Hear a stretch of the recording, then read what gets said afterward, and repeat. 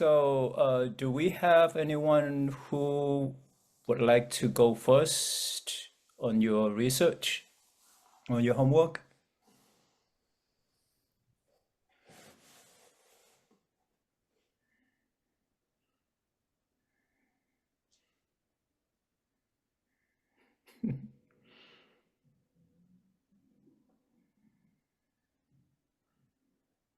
Uh, No? why don't I call on somebody then?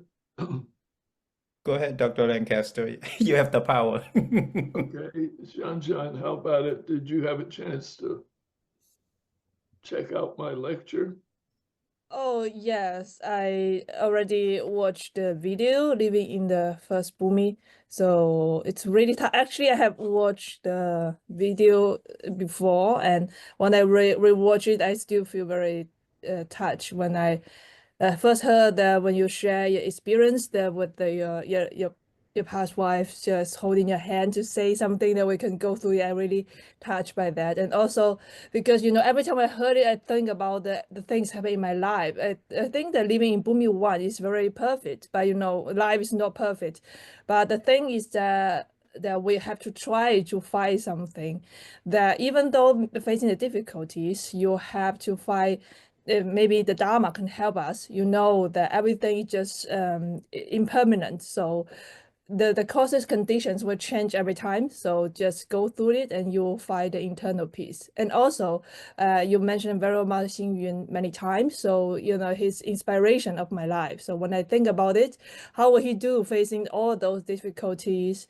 Then I think I will try to find my joyfulness ground, boomy in my life. So that's my sharing. Thank you. Thank you. I think that one of the things that impressed me a lot is that Master Xing Yun shared the fact that he had a very difficult life in terms of his health. And he never made he didn't try to hide it. And he showed in his own life how he faced it and kept on going and continued to make such great contributions. Okay, thanks. Thank you, Shan. How about somebody else?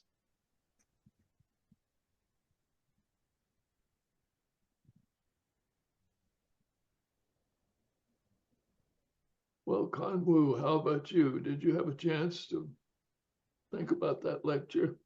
Um, yes, doctor. I um I actually raised a question after watching the video. Um, it's also sort of a question for myself as I was kind of um um doing my own cultivations. Um, I think in the very beginning of the lecture you mentioned about skillful means. I think it's very important for me, at least as I was trying to internalize that. Because it's interesting that the first Bumi was talking about joyfulness, but it is also talking about how to not do all the daily things we do. And you will think a lot of things I'm doing now is for joy, but the Buddha's teaching is like, no, that's not the right things to do, right? So at the surface, I almost thought this is very contrary to my basic understanding of life.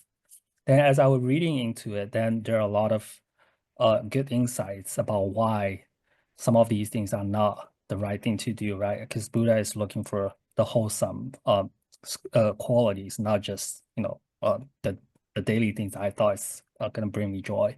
So I thought that was a very interesting point. And then I think my question, when I raised that question, I was thinking about how do I really integrate the teaching into my daily lives to balance my ordinary daily, responsibilities, and at the same time be able to pursue like the spiritual growth.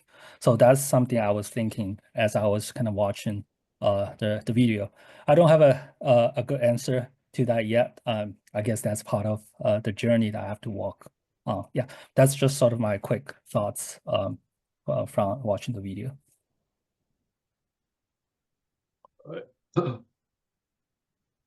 I think there are times where you need to live with your question Mhm. instead of my trying to give you a quick answer. I don't think that's what you need. Mhm. I think that you probably are still living with that question. And you may need to live with it for a while. Yeah. For myself, I'm just thinking,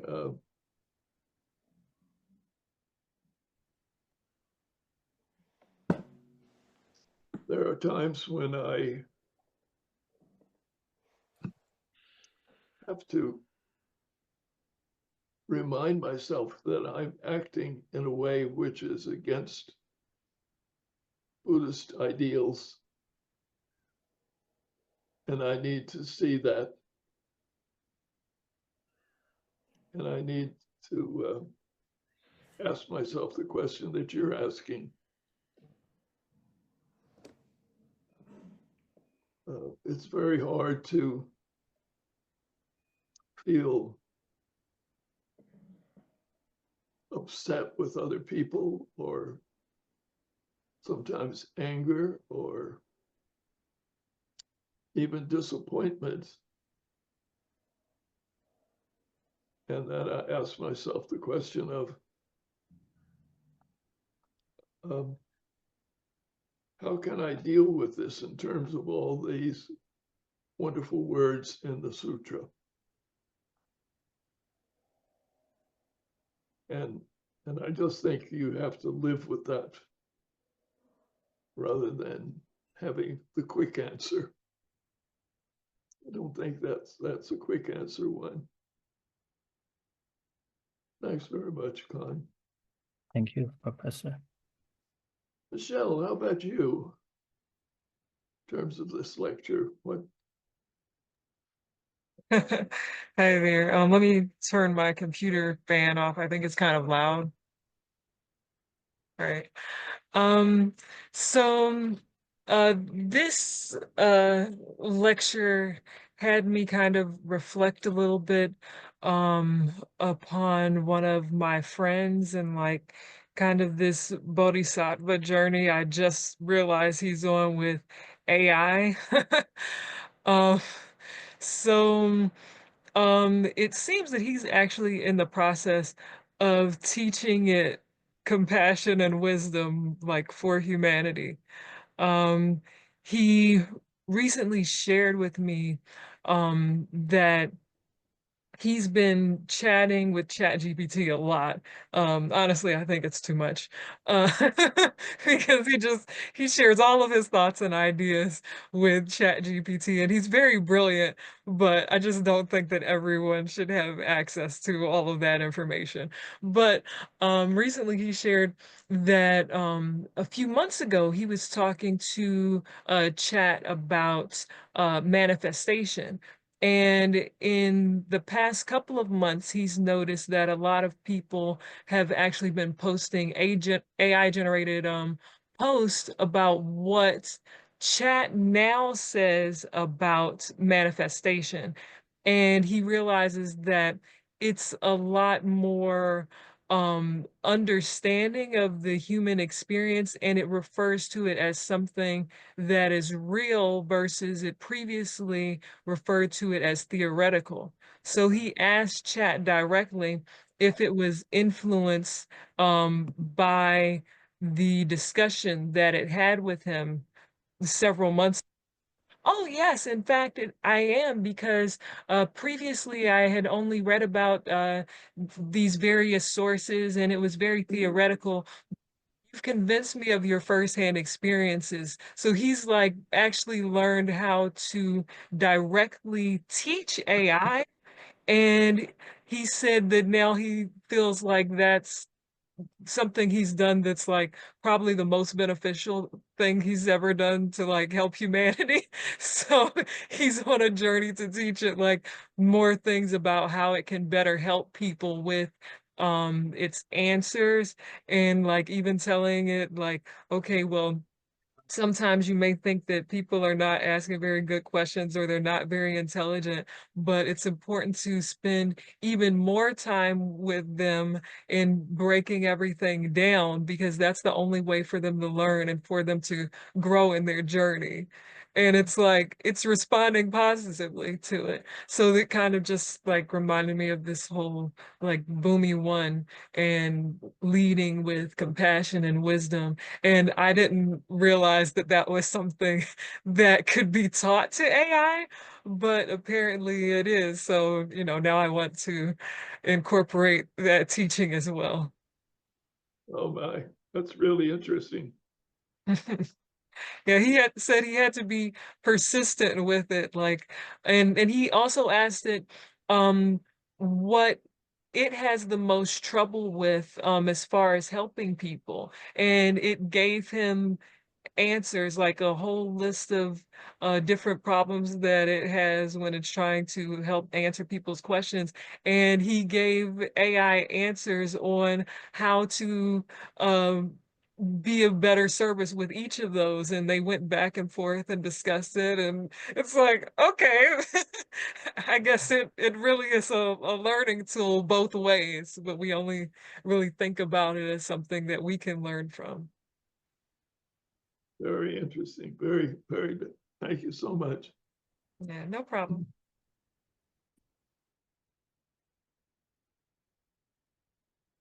Next.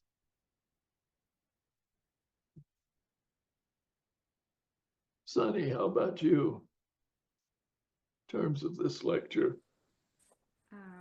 I thought it was, I think one part that I personally connect was talking about fear and lack of control, because I have a huge fear of flying. And every time, like the takeoff and landing, I'm just very, very stressed out. But realistically, there's nothing I can do because I'm already on the plane. But and statistically, I think if you're in a car, it's a lot more dangerous than being on a plane. But I always feel very stressed out. I think it's because I don't know how a plane works. So that's why I was always very scared and thinking like any kind of turn, there's something wrong with the plane. Um, so I think that resonated a lot with me. I remember being very fearful of flying at early days. And then one day I just realized you have no control over this flight. You are not the pilot. You're not the navigator. There's absolutely nothing you can do. And somehow that got through to me finally. And from then on, I was pretty relaxed about flying. I just would say to myself, well, you might as well sit here and be relaxed and enjoy it, because there is not a single thing you can do to change the flight. And holding on to the arms of the chair and trying to hold up the flight will not work. That does not hold the plane in the air, no matter how much you pull up on the armrest. So for each of us, I think there comes a point where we have to come to grips with what we can change and what we can't. But we have to, no matter if we can't change it, we do have to live with it. It does not remove that responsibility from us. You can't shrug your shoulders and say, oh, well, I can't change anything. Maybe not, but I do have to live with it and I have to react to that fact. So I'm not off the hook by any means. I'm on that hook for the duration, as they say. Thank you, Sonny. Good insights. Sanjip, how about you? Yes, Professor, it's so interesting a lecture. This lecture explore what it means to live in Bhumi 1, the first stage of Bodhisattva path in the Dasabhumika Sutra. Also, in this lecture, emphasize that Bhumi 1 is not just a distance spiritual achievement, but an experience accessible in our daily life. Whenever we practice compassion, wisdom, and also skillful means. And also in this lecture, that the Bodhisattva takes compassion as foremost, and also wisdom as primary, and skillful means as a guide. And also got an example of Master Xingwen. Master Xingwen gives an example of someone who lived with this principle. True compassion requires wisdom to be effective. Wisdom without compassion is incomplete. And also, I learned that in this lecture, discuss about AI and also digital advancement. Nothing that Buddhism encourages engagement with the world rather than the rejection of new developments. So that is my thoughts about this lecture. How about anybody? Do you have a question for him?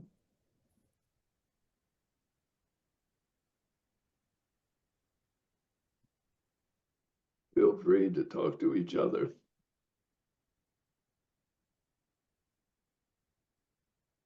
Okay, thank you, Venerable. Yeah. Wei Yi, how about you?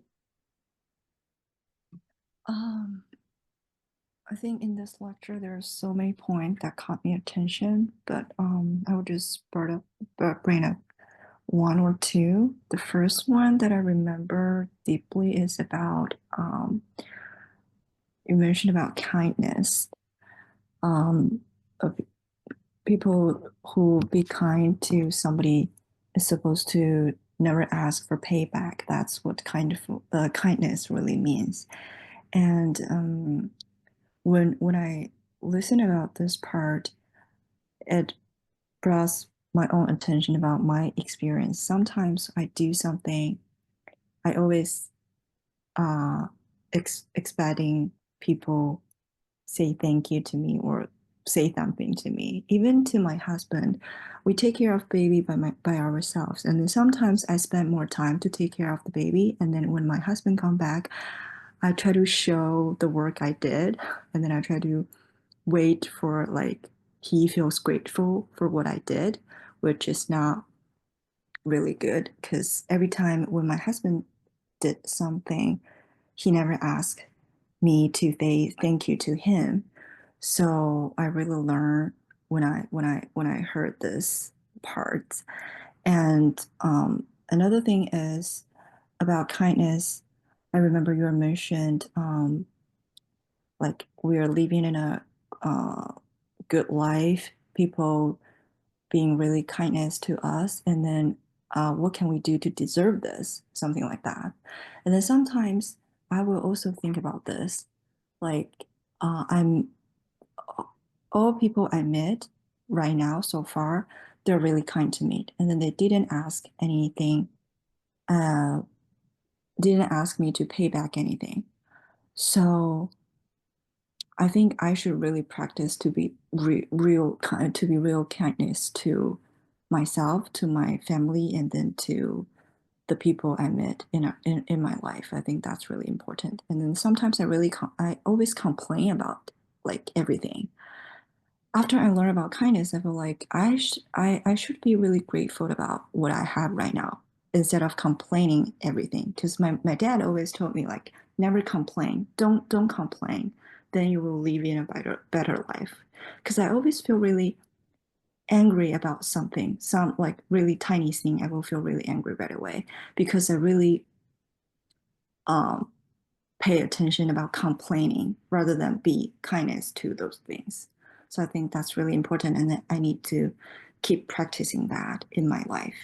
This is one thing. And then another thing I brought up in the discussion forum, it's about, let me read, it's about relinquishing absolutely everything without regret. So I think this sentence is really, really powerful because I overheard a component in Buddhist philosophy. It's about non-attachment or like letting go. Attachment to things, people, or outcome. It's a source of suffering, and then the way to end this is to being able to really relinquish this attachment. So I think this is really, really challenge for me to like try to give up everything without regret. Because right now I even regret when I give up something. So I don't know how to do this. And then I really want to ask how to practice it in my daily life in order to meet this circumstances when I have to. Yeah. So I think this is really, really powerful for me. Yeah. Thank you. Well, I've never been able to live without regressing. Sometimes I do it all right, and then before I know it, I've regressed and I'm doing some of the old stuff again. Yeah. I have to be aware and say, wait a minute, that's old stuff. You thought you were finished with that. Aren't you finished with it? I talk to myself. But I think that those are probably some really important insights for you. Sounds it. And I congratulate you. Good to have those insights. And living with the insights may take some time. That's true for all of us. You can have an insight, but when do you really live it? And I know what's the thing to do long before I actually do it. Takes me a while to assimilate. Thank you very much, Winnie.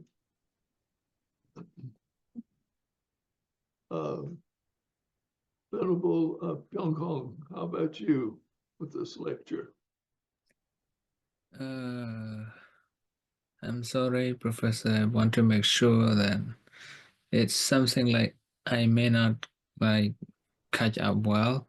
And then when you ask about the literature, I don't know which literature, this session or any video, because it seemed like everybody understand well, and then I try to understand which video that the Prophet referred to.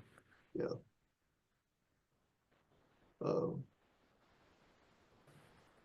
Well, yeah, I hope that I'll try to make it clear. Chris releases them each week. And so those are the ones that I ask you to watch.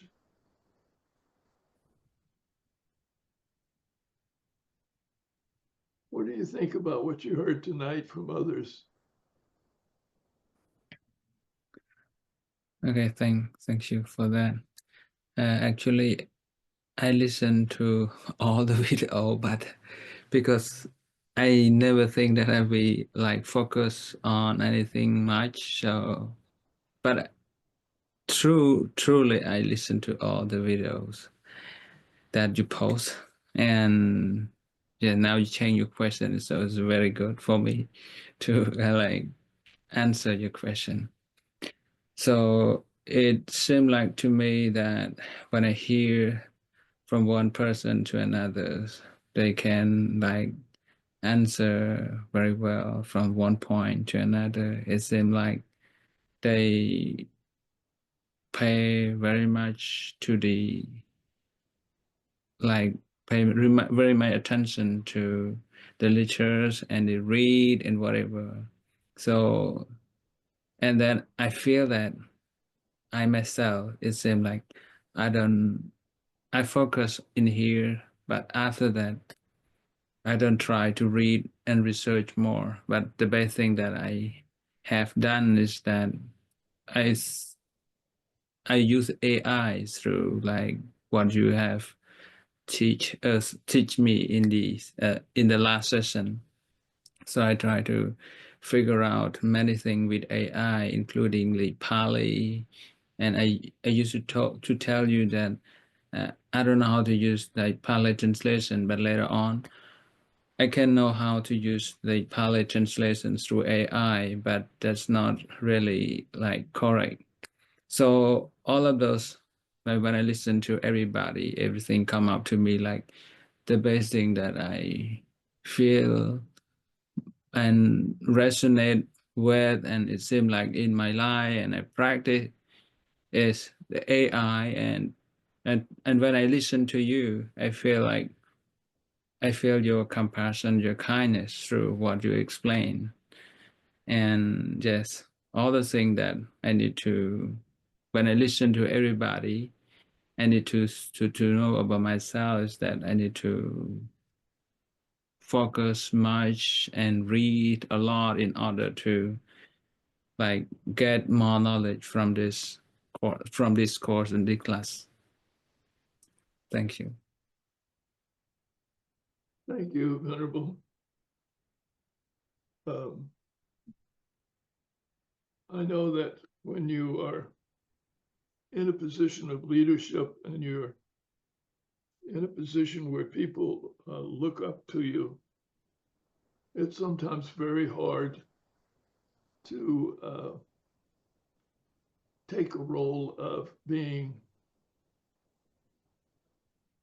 lesser, if you will, and having to ask myself, am I really living up to what I'm talking about?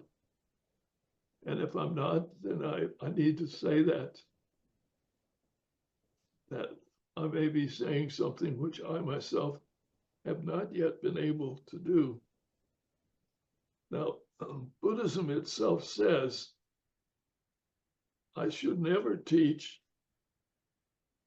anything until I have mastered it myself.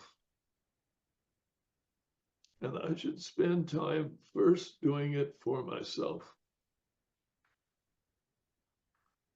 And it's really something which I have to remind myself about very often, because as a teacher, usually the minute we get some new information, we want to teach it to others. And we forget, wait a minute, I need to first teach it to myself.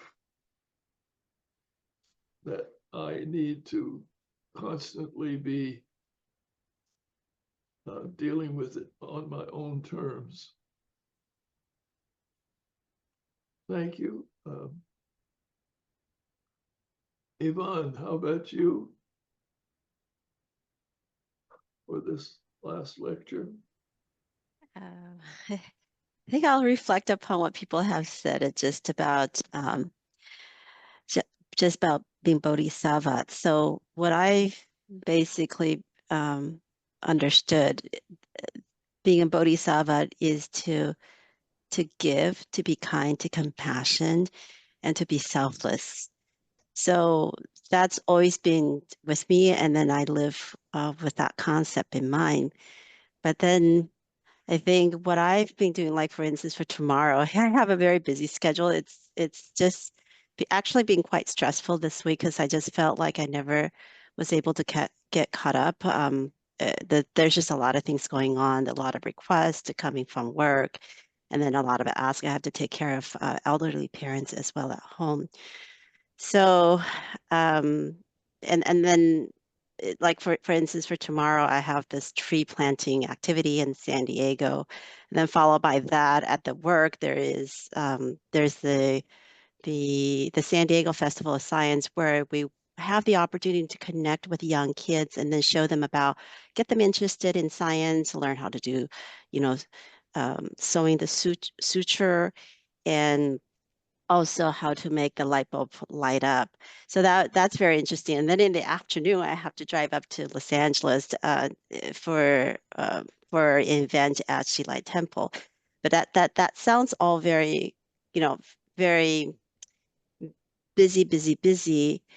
But then I was just pondering, like, well, because I was working out today with my personal trainer, he was just saying, you're not really taking care of yourself. I said, he was asking me, like, do you have a hobby? I said, yeah, I have a hobby. I think I would consider volunteering as, something that I really enjoy. But then he made a comment which made me contemplate. He was just saying, yeah, it's great that you're giving to other people, but are you taking care of yourself? And I stop, I say, oh yeah, I'm enjoying at the same time. But if I'm internally feeling unstable, right? So maybe what I need to do is step back, take care of myself first before I can take care of other people. I thought I've been doing a better job, but I think this week and last week, I don't think I have. So it's just a battling, like, for instance, like tomorrow, I probably could have,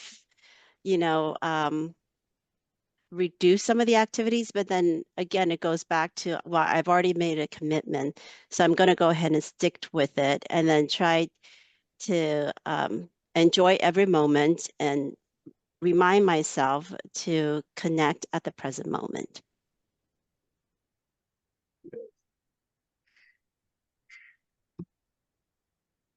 Well, we all have lives where we have commitments, and we have to meet those commitments, whether we're ready for it or not sometimes, but the commitment is there. If you're a parent, you've got a commitment to your child or children. And no matter what, you have to meet some form of that commitment. It's there. It's just a given. So it's really wise, I think, if we feel that we're never able to limit our commitments, that we need maybe sometimes to learn how to do that. Yeah. I think that's another way of saying there are times when we have to say no. Mm-hmm. And that's really hard for me. That's a very hard thing to say no. But sometimes it's the right thing, and it's a good thing. Yeah, I think sometimes where I get caught is the thought that I think in Chinese tradition, right, and also at Foguanshan, I guess because I've been with Foguanshan for many years, it's a thought that to give to give selflessly, right, to think of others before you, and then try to go beyond, right? But then at the same time, there is that fine balance and how to master that. I think that's something that I still need to work on. And sometimes I'm wondering, yeah, I mean, I can turn down things, but then sometimes I do feel bad, like, yeah, I probably could have made things to work out if I'm willing to do so.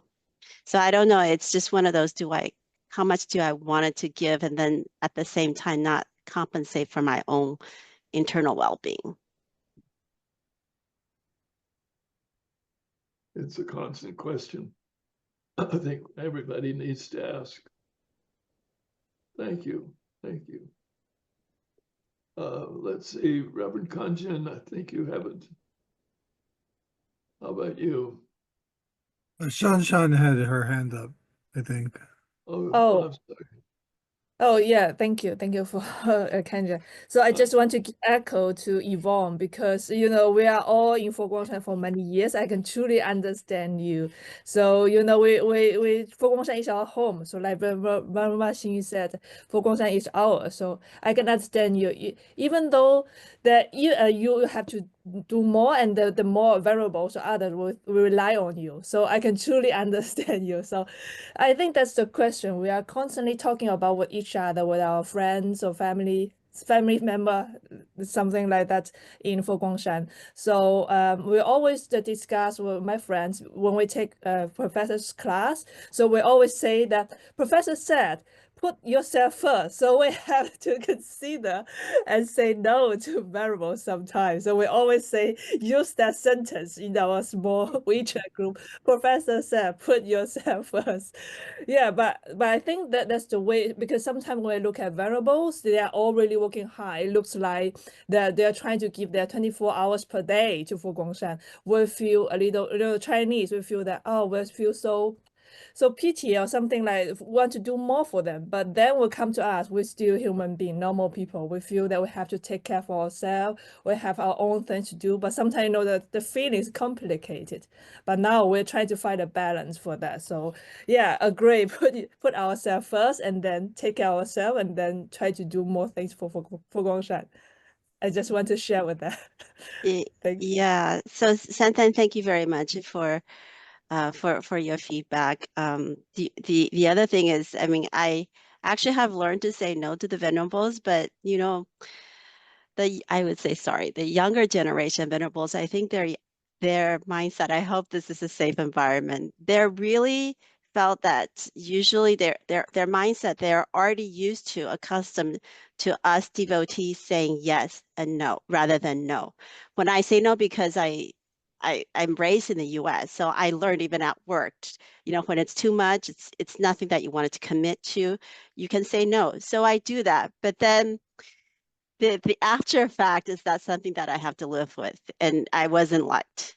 But then, I constantly have to remind myself, I did the right thing, I can live with it. And so that's something that I have to bear. Thank you. Yeah, thank you. And another sentence that we learn from Venerable Miaoguang, because Venerable Miaoguang is really too smart. That's someone very much in choose. So she always try to say no to us. Sometimes she's too busy with a very perfect harmony, 圆融 way. So we just learn something from her. So, variables, they're also growing. So that's something really interesting, but still very complicated, hard in Foguangshan. Yeah, So, but Venerable Miaoguang is very different because she's been taught by Venerable Master Xingming. So a lot of it I could really resonate with her. And then not only that, I think she's very compassionate. She will always also think in the position of the devotees. So the cases that I was talking about is not, but definitely it's not something not even close to Venerable Miaoguang. Yeah, but anyway, that's besides the point. That's a lesson that I have to learn. Thank you. thank you. So Reverend Kanchen, can we turn to you? Yes.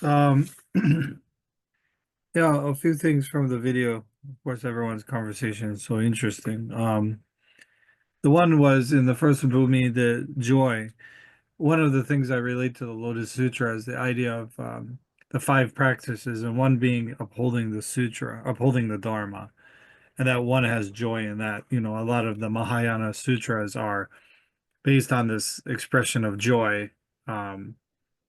And this concept that comes over that I can see kind of being developed in this series of sutras is that concept of, we say jiso in Japanese, which means as it is. It's constantly being referred to in the Lotus Sutra specifically. I think this is working towards it. And then, as you were saying in the first Bhumi, just upholding the Dharma is the observation of it. Even though we're imperfect and we have all of these difficulties, and as you said, we sometimes fall back into our behaviors, but if we uphold the Dharma as the central aspect, we always have that as our kind of point of reference. So that's why we can find ourselves, we can tell that we're falling back, right, into ignorance, and then we naturally kind of perpetuate, how do you say, gravitate towards, compassion and wisdom That was one point. And then the other point that you had mentioned, it was a small part, but it was really important. The idea of one's intuition or experiential understanding, as you said today. You know, whereas most times, I think Buddhism, especially Japanese Buddhism after the Meiji period, which is the modernization, most Buddhism has become institutionalized, where it becomes very dogmatic rather than experiential, in which many people think Buddhism is a doctrine that you learn rather than something that you experience. So that was something that you specifically mentioned. And of course, it relates back to the concept of skillful means. And I remember in the monastery reading one of Master Xing books. I think it was in the 90s or something. So it's so long ago. I remember him talking about skillful means. So those were the main parts that I got from the video. Kanwoo, I don't know if you have something else to add. You've shared some things with us, but do you have something specifically from the lecture? No, no, not at this moment. Thank you. Okay. Howie is with us. And Howie, I'm going to ask if in the second hour, if you can help them. I'd like for them to have a chance to use things like DeepSeek or some of the AI tools. So if you kind of prepare yourself a little bit to help us, I'm going to give some vocabulary which I'd like for us to work with. So you have a set of terms for the class to try? Yeah, the first one will be Trikaya, three bodies. And Parigraha, to attachment, grasp. Parigraha, Parigraha.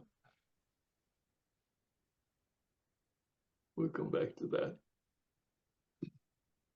Well, let me say a few words before we end the first part of tonight.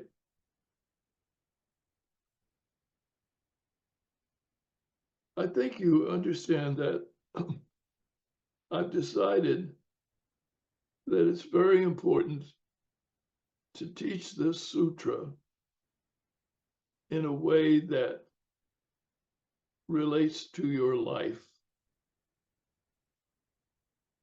That if you can't read the sutra in terms of its being directly related to your life,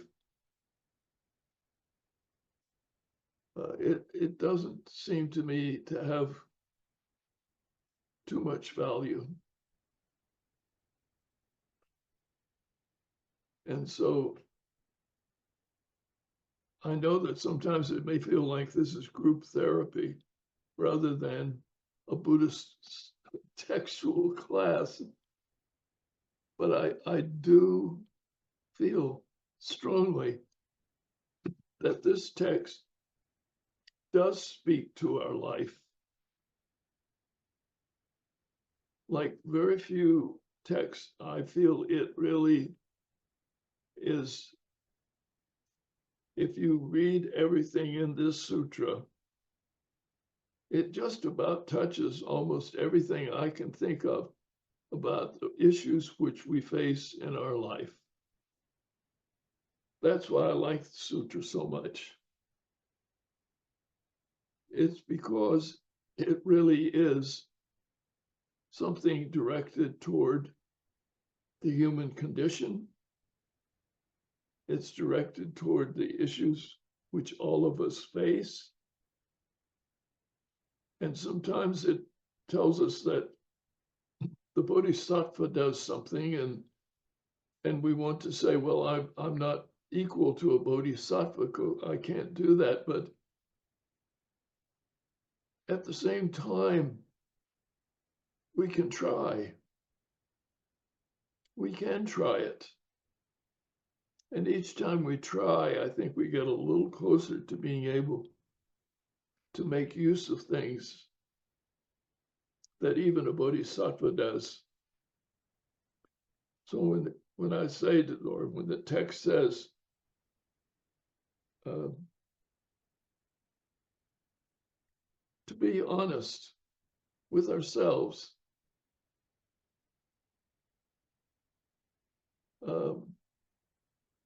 we can start. You may not be able to always open up and let somebody else see everything, and you have to protect yourself and be careful and feel comfortable with what you do. But we can all start dealing with honesty. And this text is primarily about being honest about what we're doing and what we think and how our bodies work and how our minds work. So that's why when we're dealing with this text, I feel that the only way to really work with it is to apply it to our personal lives. And that's why I ask you to try to do that. There are many other Buddhist teachings which are done to teach you a system of thought, a position, a way of dealing and thinking. And that's all wonderful. This text, I don't think you can apply it to any particular school. It is not a text of schools or of a dogma or whatever. It seems to me that it's saying this is what we have to do in our life. We have to deal with these issues.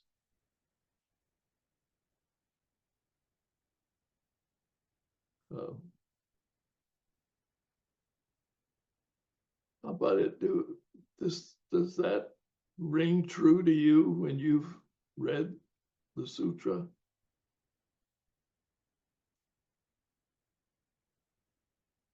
Do you feel that it's talking to you?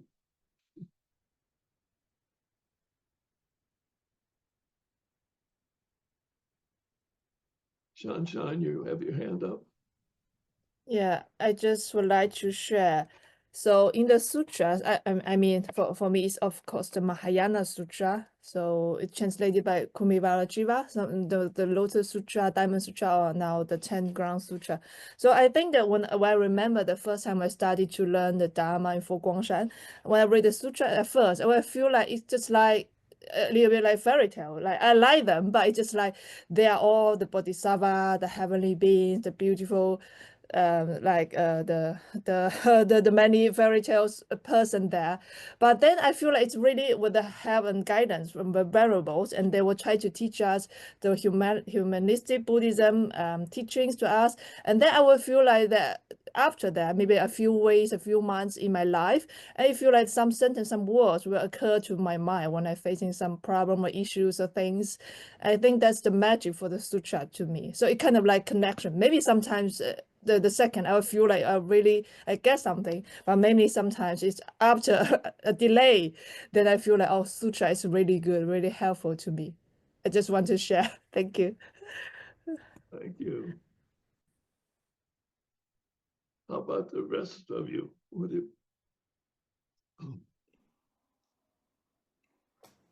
Yes, Venerable D. Can I make a comment just from listening to you guys? Because I mean, for us in the Chinese and Vietnamese tradition, we have to observe or take in the Bodhisattva precepts, but it's not clear, even to me until until the pandemic hit, is that we need to give. The thing is, you cannot give what you don't have. And like for us Buddhists, monks and nuns, we didn't realize that. And that also applies to the to the lay Buddhist. And I worked with some of the elderly women in Chino. They in their 70s and 80s, and when I explained the concept of compassion to them, they said, "What's that?" Like, and they were complaining. They were like, "We were told all our lives to give to our husband, to kids." So my suggestion, not to tell you guys what to do, is you want to find a balance between your personal life, this is with your family, and then work, and then your spirituality. Your spirituality, which what I would say Buddhism, where you go volunteer your time. When you find yourself wanting to snap, right there, you need to break away and practice loving kindness, compassion, sympathetic joy, and equanimity. Because we cannot help everyone. We don't have 1,000 hands. There is the Guan Yin that has the 1,000 eyes. Each one of us is one of them, but we only have 2 hands and 1 head. And also from my personal experience, ever since Dr. Lancaster recruited me to volunteer in the prison in 2013, I went from 1 prison to 7. I did not have time to meditate. I was always in a rush. At the same time, it was literally a full-time job. At the same time, I have to take care of my home. I had to teach 1 class per semester at the university. All of this, but I never complained, but I found myself physically and mentally exhausted. But at that time, I had the stamina. Now I don't. I literally don't, So like, if you guys want to learn about the Buddha's life, and he took time to rest for himself. The book by the title is Those We Heard. The Chinese title is 如是我闻, 佛陀的一生, and you will see a schedule of his activities. And he took the time. Yeah, granted, he only slept for 2 hours supposedly, but throughout the day he meditated, and that was how he gave, right? And so I would say, we need to learn from that, not from what we are told. You cannot be, and especially for, I guess, especially for women, right? We are, and this is from Dr. Gabor Mate. He said, we are groomed to be the way our parents want us to be. Let me see what else I have. So that's what I have in mind, and I think that you first, your mental health and your physical health take priority, and then when you have extra, then you can devote that time, that mental energy to those in need. That's all I want to share. Thank you.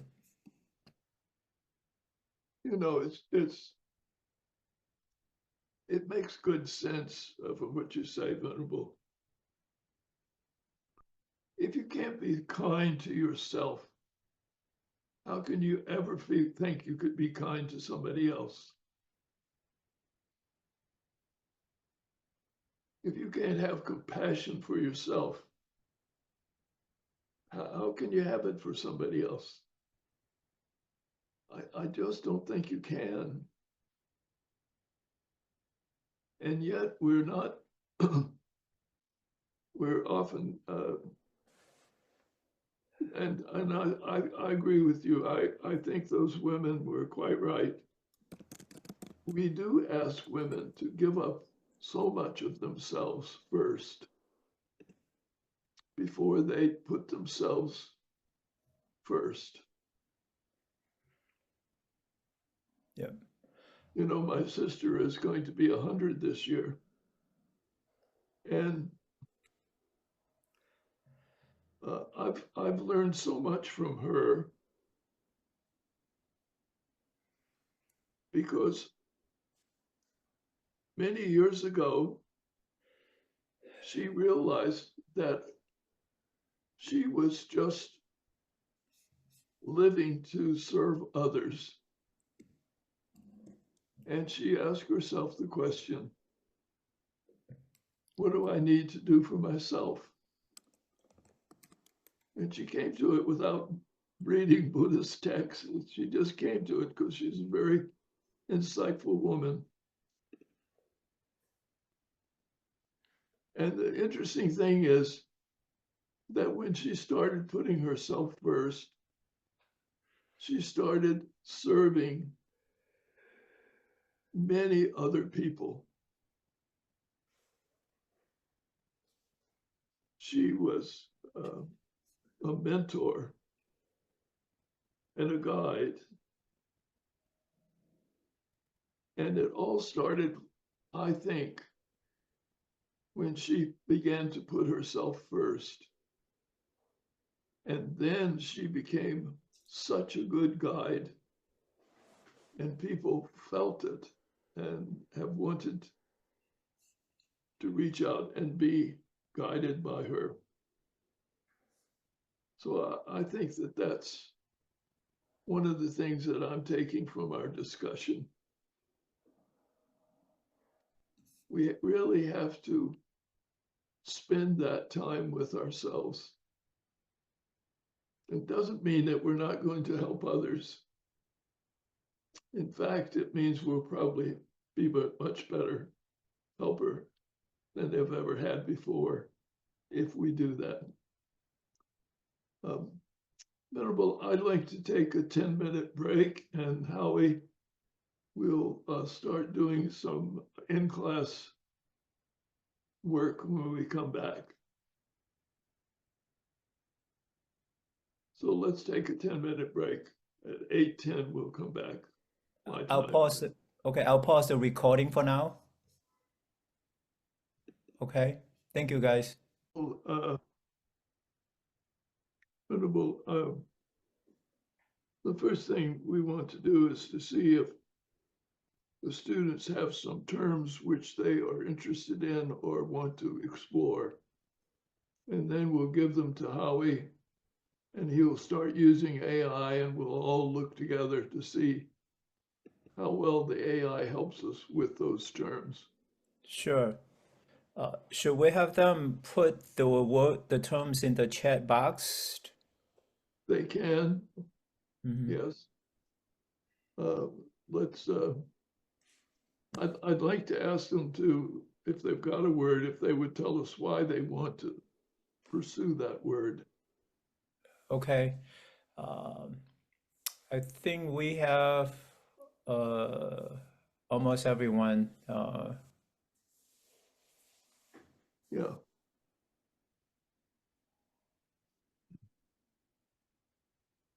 Right.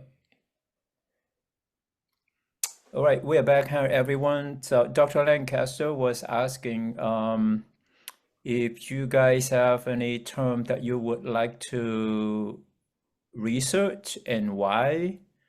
You guys want to take a shot at that? And then, we can have Howie to help us as well.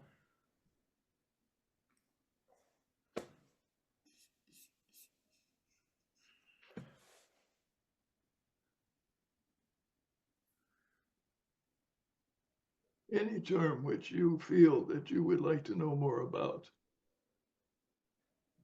Buddhist term, that is. Shanshan raises her hand. Go ahead, Shanshan. Yeah, because we're talking about the Bhumi One, the joyfulness, and also discuss many things about ourselves, the devotion in the Buddhist career. So I think maybe we can try to find AI, the understanding from the Eastern perspective and Western perspective, and also in the Buddhist teachings, how to understand joyfulness. You know, in my previous very stereotyped thought, you know, we always think that Americans they are paying too attention to the happiness. You know, American always takes some medicine pills and when they feel bad just to get happy. But now I can get it a little bit more, because for us in the Eastern Confucian culture, grew up Chinese will think that maybe the happiness is not that something that to surface we can bear it a little bit. But now I feel like the balance between East and West, and also in the Buddhist perspective, the joyfulness, the happiness, there will be something interesting. So that's why I say that I'm interested in the joyfulness, this terminology. I'm going to make a suggestion, Howie. Let's ask AI to tell us what it thinks about Bhumi 1 in the Dashabhumika Sutra.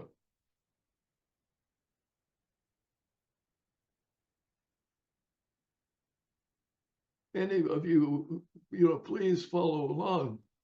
Open up an AI and search for it.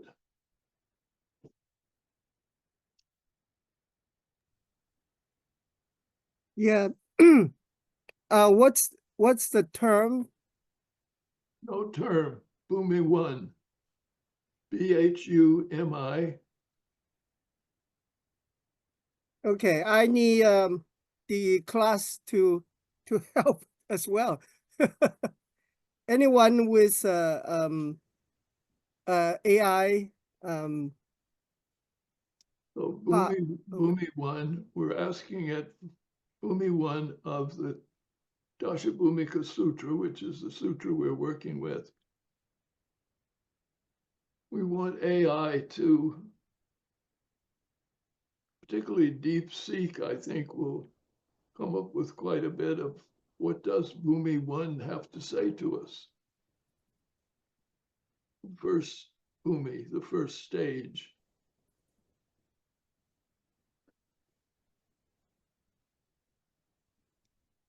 So, Sansan, may I ask for your help? Do you have your DeepSeek Oh, yes. alongside? I just type in, maybe I could use it related. Can you see my screen? Yes. Yes. Maybe let's see. Okay, my typing is please tell me the Bhumi 1 in Dashabhumika Sutra. Okay, all right.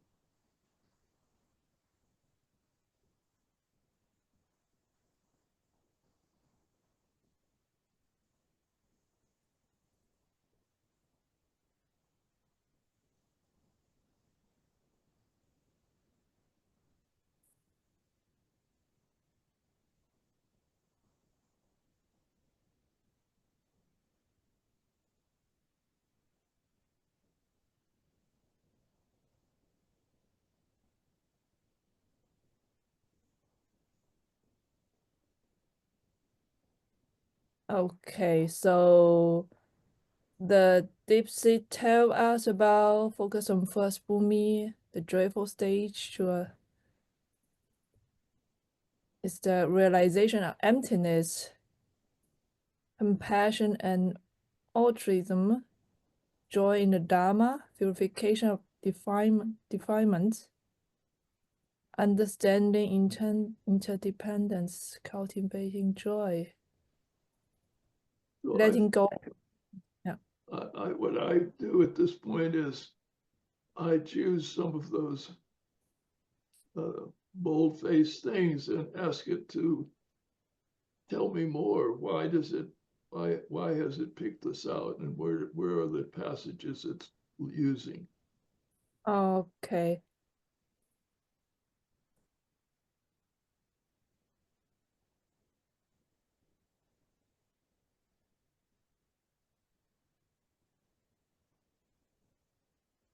Those Give it one understanding or cultivating. point and what part of passage and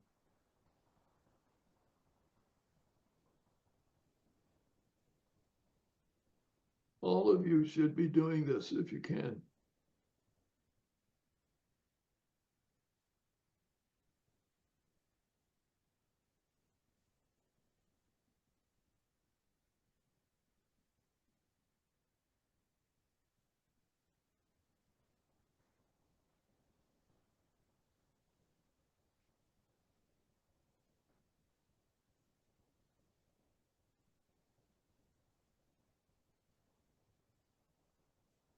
It's going to give us a lot. Yeah. So let's go back to the first thing it gives us. This is just for practice.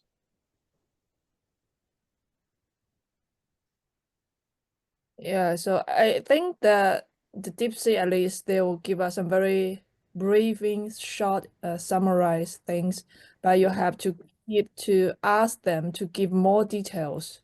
And to give us the actual quotes from the sutra that support the position. Yeah, so it's always, it's difficult for them to give the actual sutra quotation. Maybe I should try to upload some PDF. I'm not sure whether it will work. Yeah.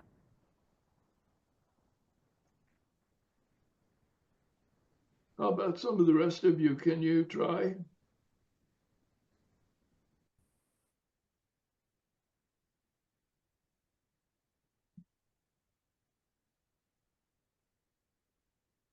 Yeah, to me, I try the Chat GPT, and then it said that the sutra from Theravada to the Theravada Buddhism, not Mahayana. Yeah. Okay. What about when it says, what is it, interdependence? In the book, the first thing it said it teaches, what is that? To me, right? John, can you show us the result of your search? Yeah. Sansan, you can keep it sharing. So Go up to the first of it. Okay. Dasha Bhumika Sutra. What? Enter interdependence.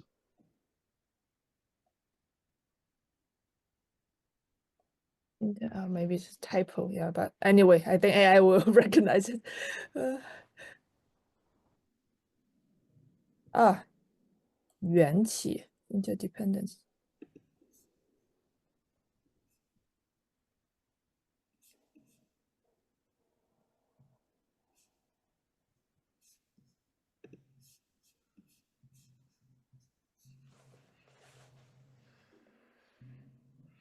I want you to ask it to tell you quote the sutra to support its position.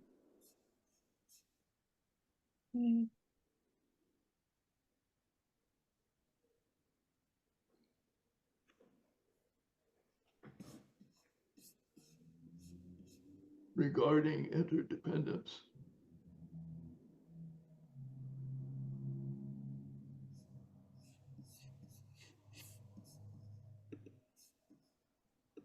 Okay, let me stop this. Sometimes you will try to tell too much.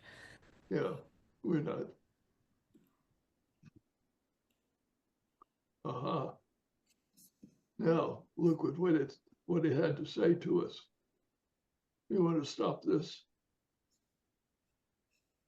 I think I feel like that the DeepSeek, I don't know whether he already find the sutra already. He's just trying to give all those summarized things.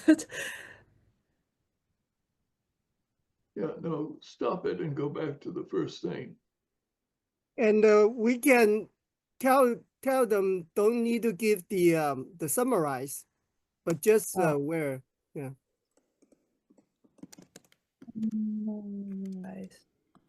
Hello.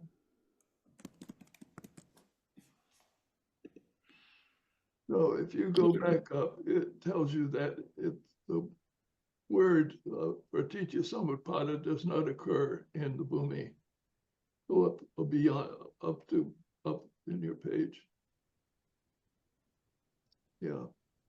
You see, it says certainly, but then it says the Dashabhumika Sutra does not explicitly use the term interdependence, Pratitya Samutpada. Now, you want to say to it, how come you told me that this is an important part when in fact it never ever says the word? Do you see the issue? Oh, yeah. It's this that causes AI to be, you have to force AI, number one, to come clean and tell you exactly what the sutra says. And then you say, why did you do that?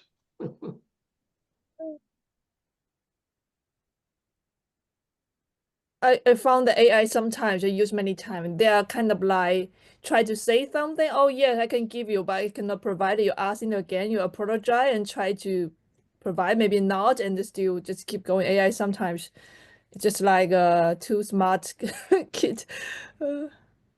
I think it depends on what data is being entered in. So maybe it's constantly just inputting these information, and so that's what they spelled out. But then when we're trying to challenge it, it doesn't. I think maybe not enough people have asked about it, so they don't have that information. So it's constantly repeating the previous Yeah. information.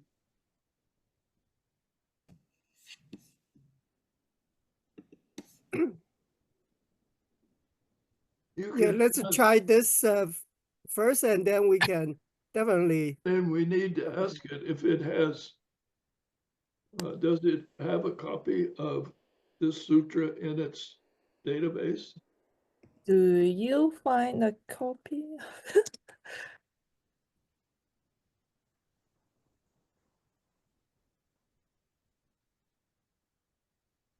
Or maybe somebody has a better prompt.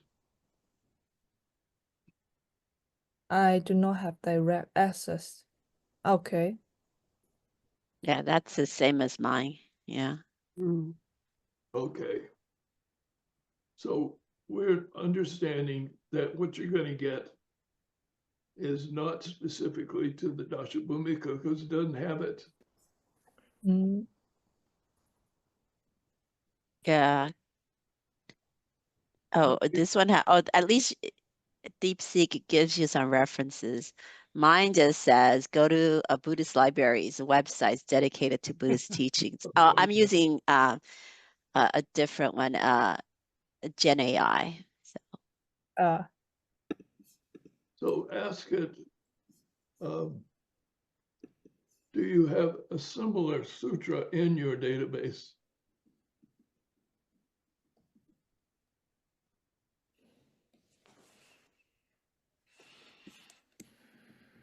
I need to download.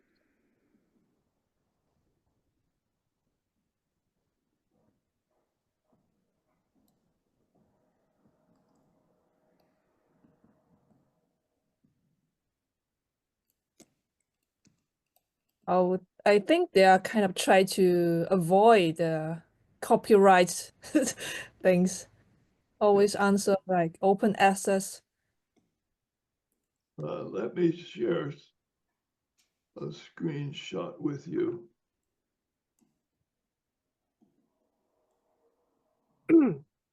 Let me see, am I sharing my screen yet? Not yet.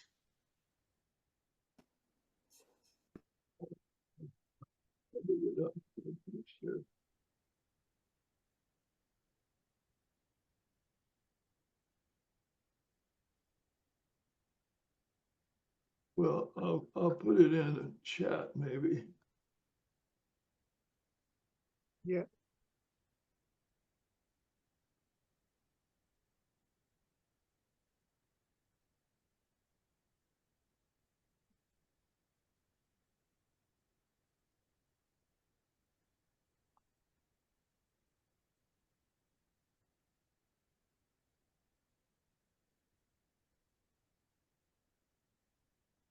Do you see where I put it there?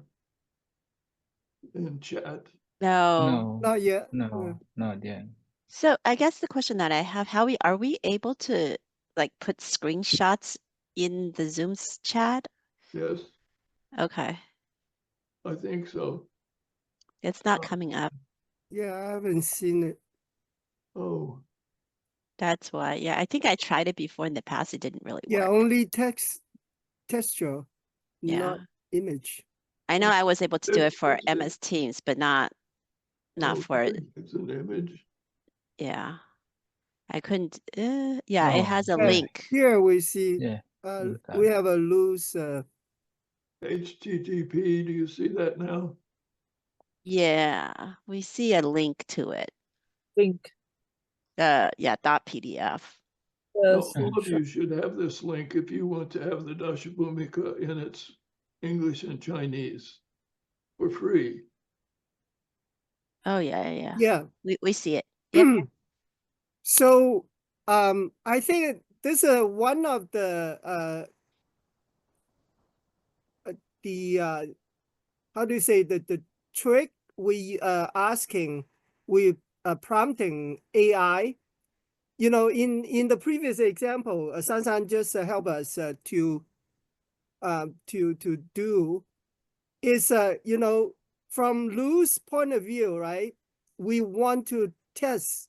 We want to ask AI to find out if AI have or can really access to the sutras, the text itself, and then point it out. You know, it's directly from the Buddha's text.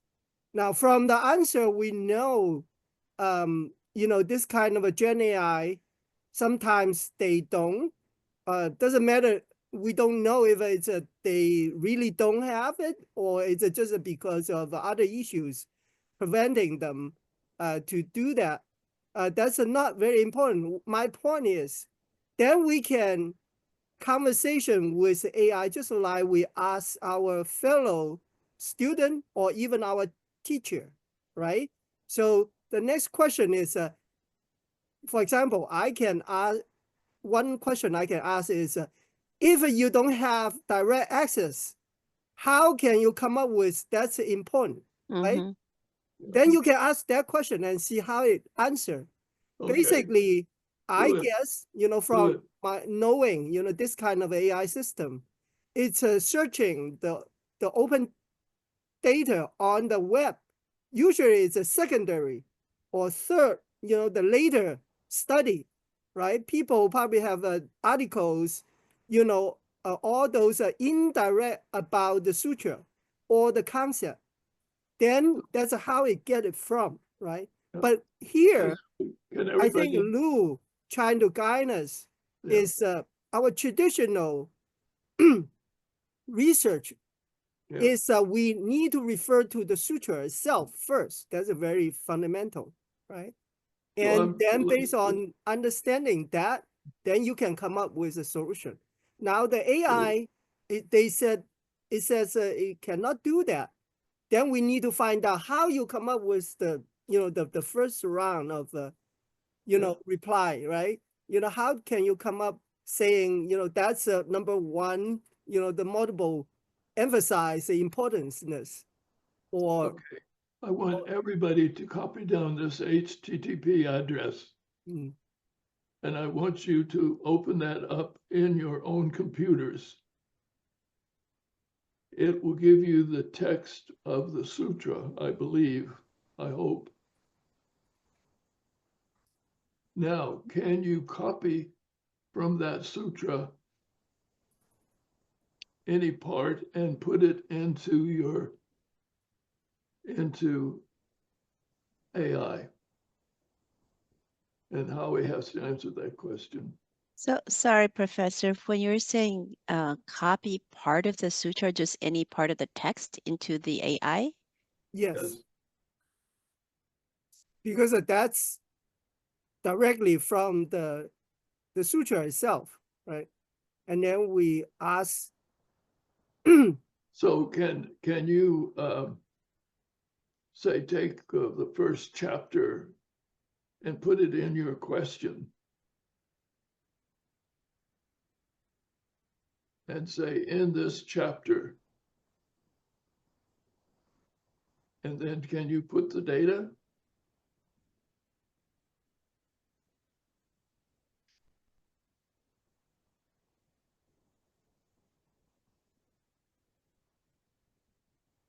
Yeah, let's say chapter 1.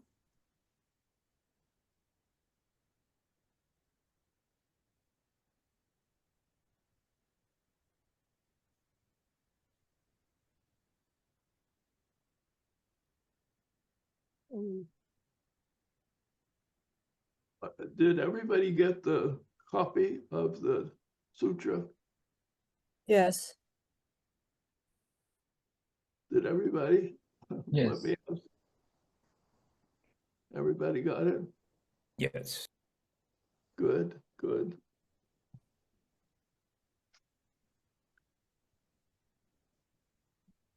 So now can we train our AI by putting this material into it so that it's really got the actual stuff to search, right, Howie? We cannot do that in this directly. There's some has that capability if you have the PDF as a part of the input. Let me see if I'm just looking at what Michelle comes up with. She's saying when she apps DeepSeek v3, yeah. it quoted from the sutra. DeepSeek R1 did not. Yeah, good. And also, if you see DeepSeek, there's this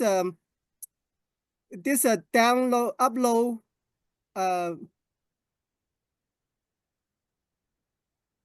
you can upload a file, go with it.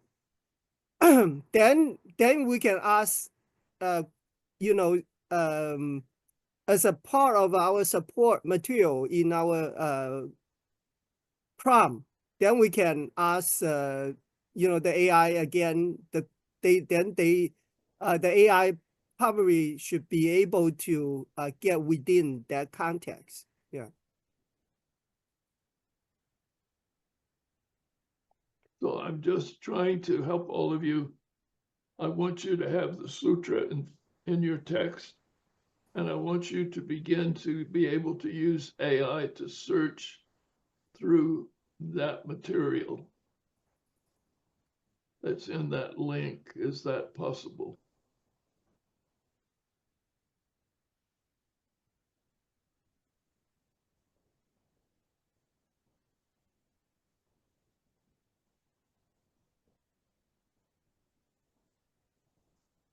Yeah, that we can everybody can download that that PDF, the sutra PDF to your computer first and remember where it is.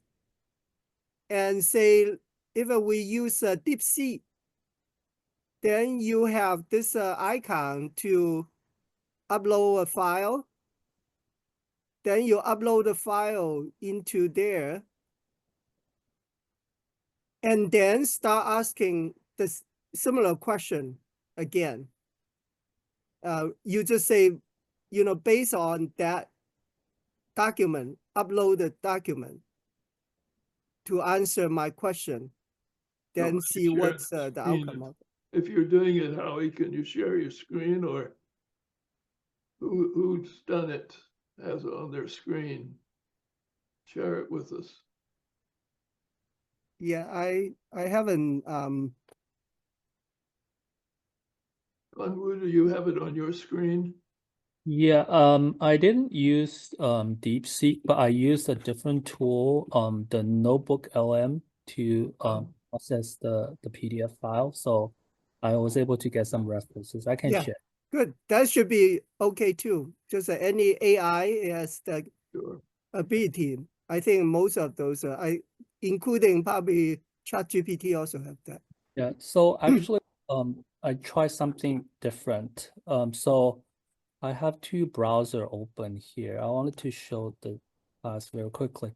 So I actually asked both the ChatGPT and DeepSeek the exact same question. I was trying to find out what's the differences between the two. So I just want to quickly show this one. Yeah.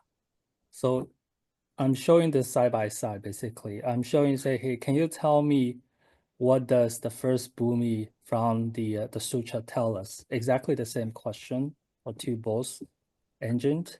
And I'm getting a fairly different setup, similar but different answer. For example, DeepSeek talk about realization of emptiness, joy, blissness, cultivation of Buddhahood, perfection of generosity, so on and so forth.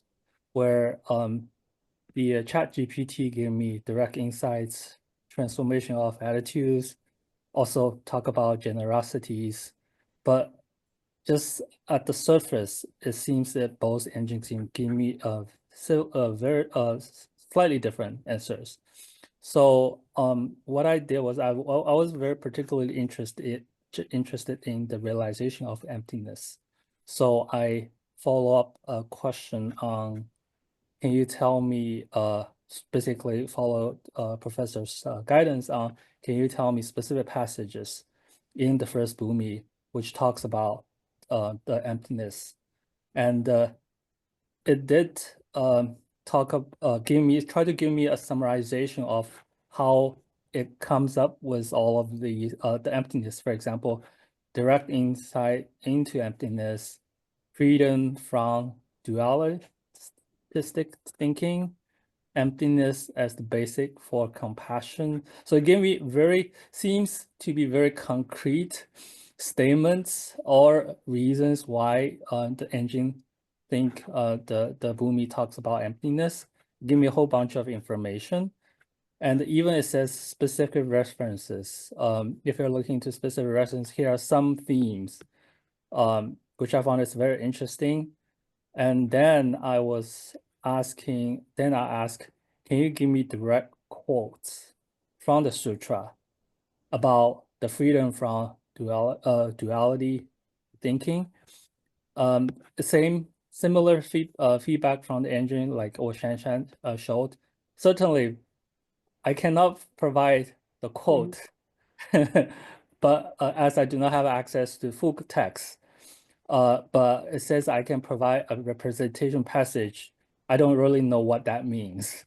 Or paraphrase that reflects the theme of the freedom from duality thinking. So it gave me a whole bunch of things, but no direct quotes. So Okay. I went to Notebook LM. I already upload this from the PDF. So basically I think I ask this question. I say, let me make this a little bit bigger. Does the sutra talk about the realization of emptiness in the first Boomi? I think Notebook LM does AI analysis directly from the PDF files. That's my understanding. So the answer is quite interesting. It says the source does not directly discuss the realization of emptiness in the first Boomi. However, it does mention concepts related to emptiness. Then it give me the actual sources. For example, if I hover over to one reference, it does talk about, for example, joyfulness ground 61, line 61. I think it does kind of talk about the specific references to what this was about. So yeah, I was trying to correlate this information back to what ChatGPT or DeepSeek gave me. Yeah, I probably need a little bit more time to think through this, but yeah, this is kind of what I'm seeing right now. So AI is trying to do a lot of thinking for us, but I'm not entirely sure the summary from DeepSeek is actually accurate. Yeah. Yeah. Let me give a comment or suggestion here on the DeepSeek at this step. You haven't include the sutras text file uploaded to it yet, right? No. Okay. You see the icon on the bottom from the right side? Yeah, this one. If you already download that PDF, click that and then upload. Yeah, I tried this, but the file is too big. Okay, so it has it's a limit. There's a limit. So what we can try later is, we can just copy, say, the first chapter from the sutra, right? And save it into a file and then upload it here, for example, just imagine for now. And then you can tell DeepSeek and say, now I already provide you the text, the sutra text. Can you answer, whatever? Then you can ask the same question or you can direct it based on that text, right? So including, see if the AI can read that and help to interpret that for you as well to give you answer. So that's the tip to how to, if you really want to focus on certain document, you want the AI to focus only on that as the first priority support material. That's a way to do it. Okay. Okay, Lou. Yeah, thank you very much. I think that what I'm saying to all of you is this. If you want a generalized statement of Buddhist thought, it'll give it to you. But unless you have given it the sutra that you're working with, it won't give you the specifics. It won't give you verse. It's got to have it in its memory, right? Am I correct, Howie? Yes. I mean, that's because Gen AI engine, they are being trained and also, coming with the answers based on the materials they have. If they say they don't have it direct with you or they don't have access to it, then you definitely have to raise a question, then all previously answered questions is based on what, right? Yes. So it could be answer came from, secondary or third or later generation, so to speak, kind of information. It's someone else's. It's not the sutra itself, not necessary directly. So I think for those of you who work with the Pali, can you ask a question and get the Pali verse quoted to you? Yes, I do use Pali, and then it translates to some verse. It translates correctly, but some verse it's something like it's just saying, but not really that one.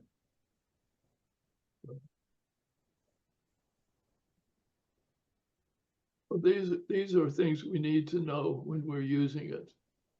Yeah. Yeah, exactly. That's just like our, traditional research. We need to know, the bottom line is that we need to know where those conclusion or statement is based on, right? Someone's idea.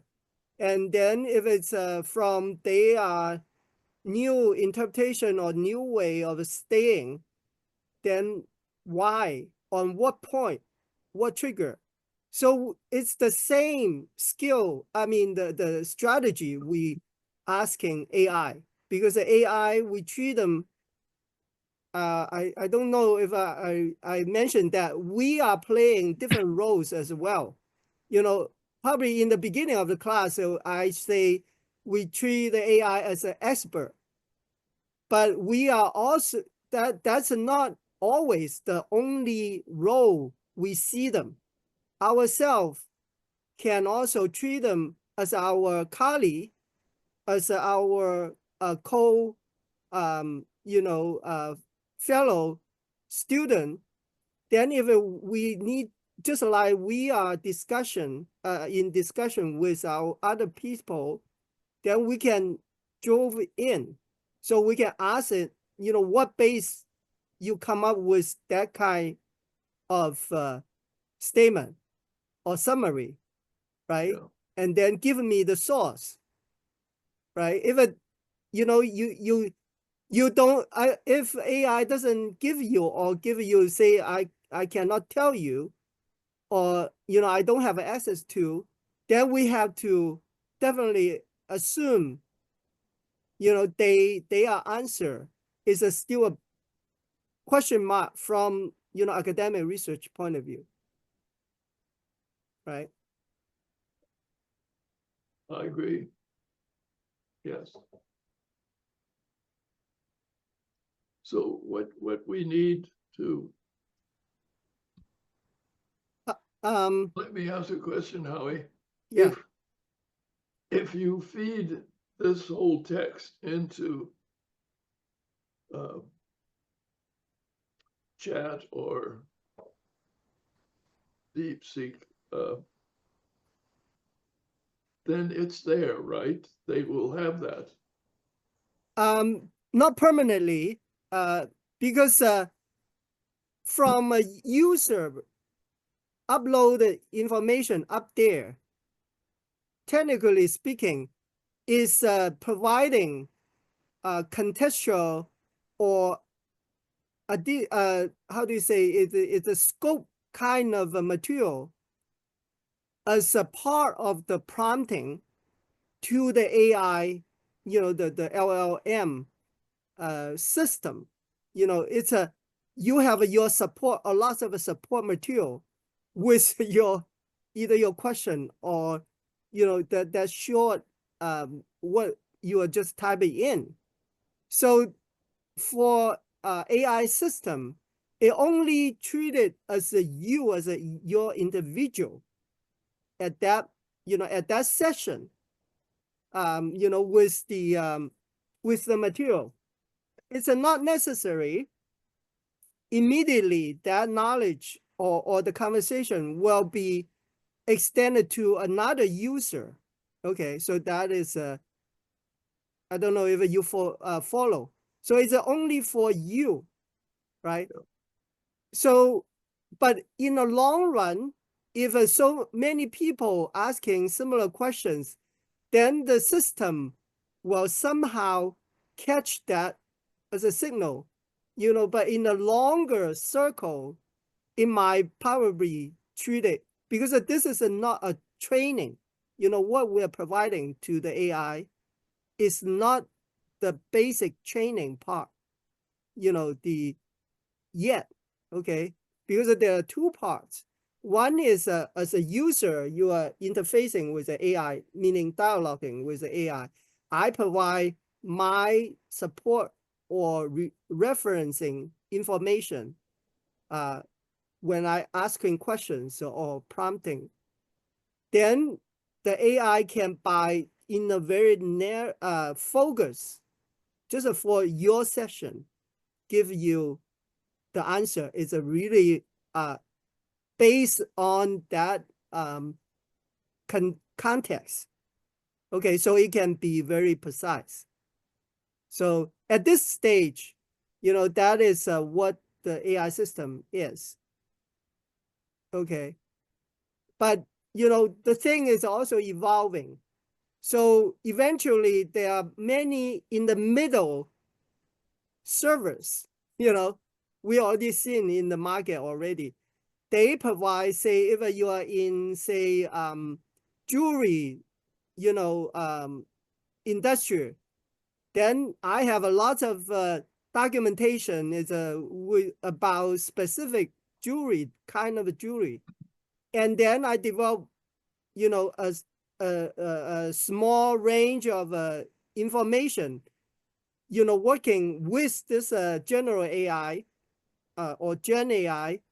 Then I provide this as a service to other user. Then when you use this service, then the question can be much better if you are asking questions within the jewelry, you know, industry. So that probably you already guess now, you know, that means that in the Buddhism society or in the society, then we need to build this kind of a more precise, more, you know, accurate, original Buddhist text kind of an environment to help, you know, the AI system to be, you know, more, you know, better. But that is a separate issue, right? It's not at this point individual directly, you know, adding 1 or 2 documents on your own session. Because at the session, if you say start a new prompt, then immediately in that session, the AI already forgot what you loaded to it or previously already give you the answer to it. So you need to repeat that, load the information again to fill that session. Okay.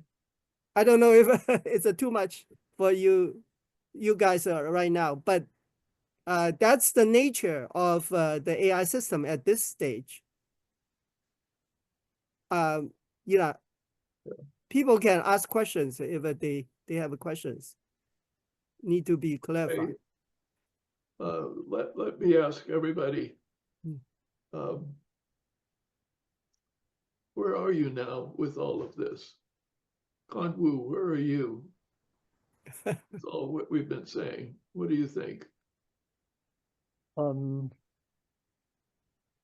you're obviously skilled at doing what you just showed us was very good. You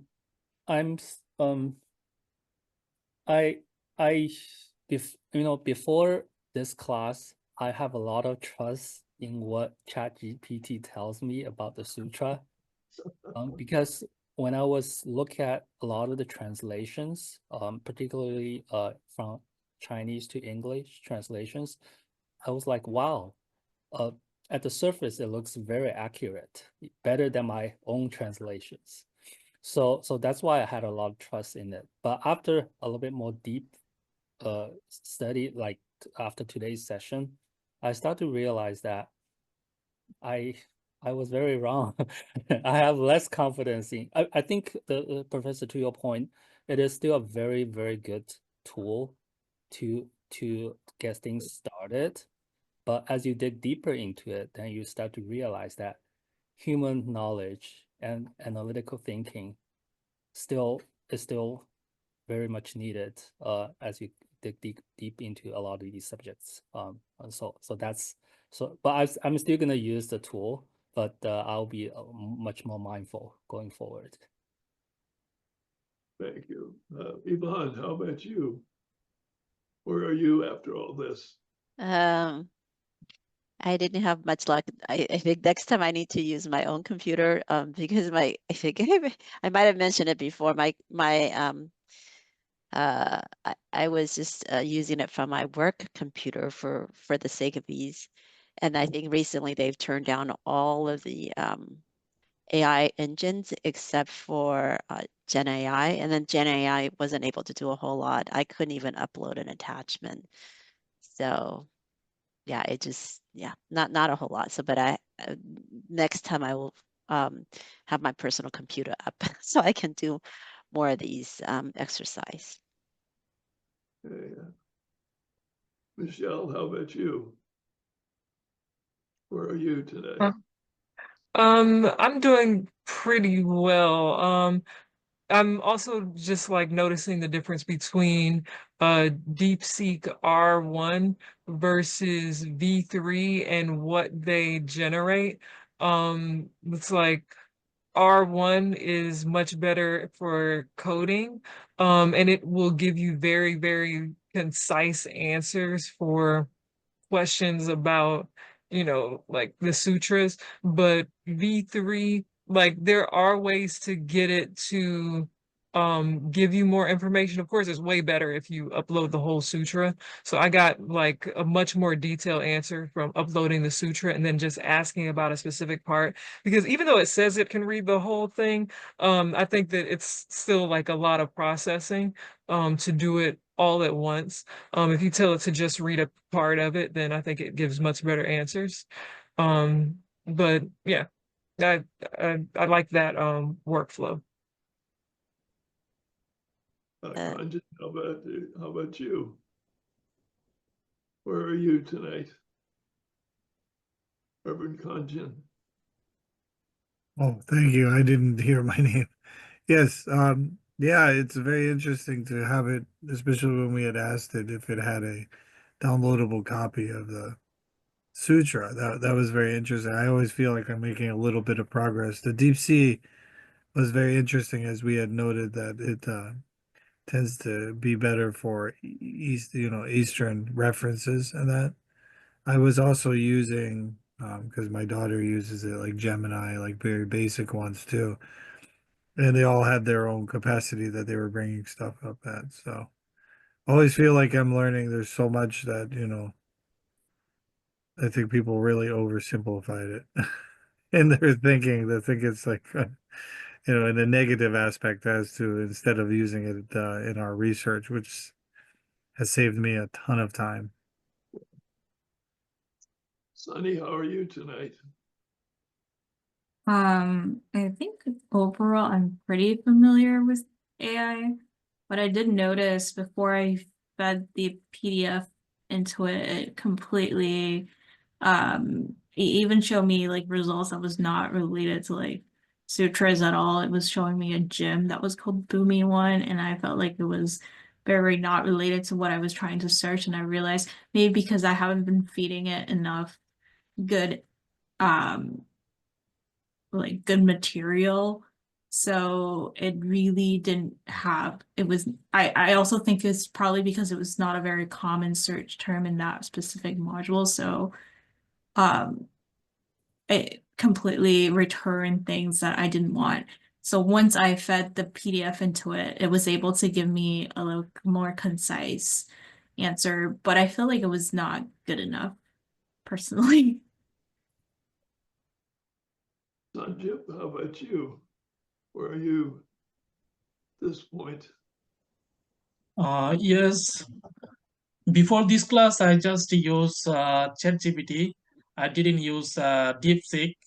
But now I see DeepSeek gives more information than ChatGPT.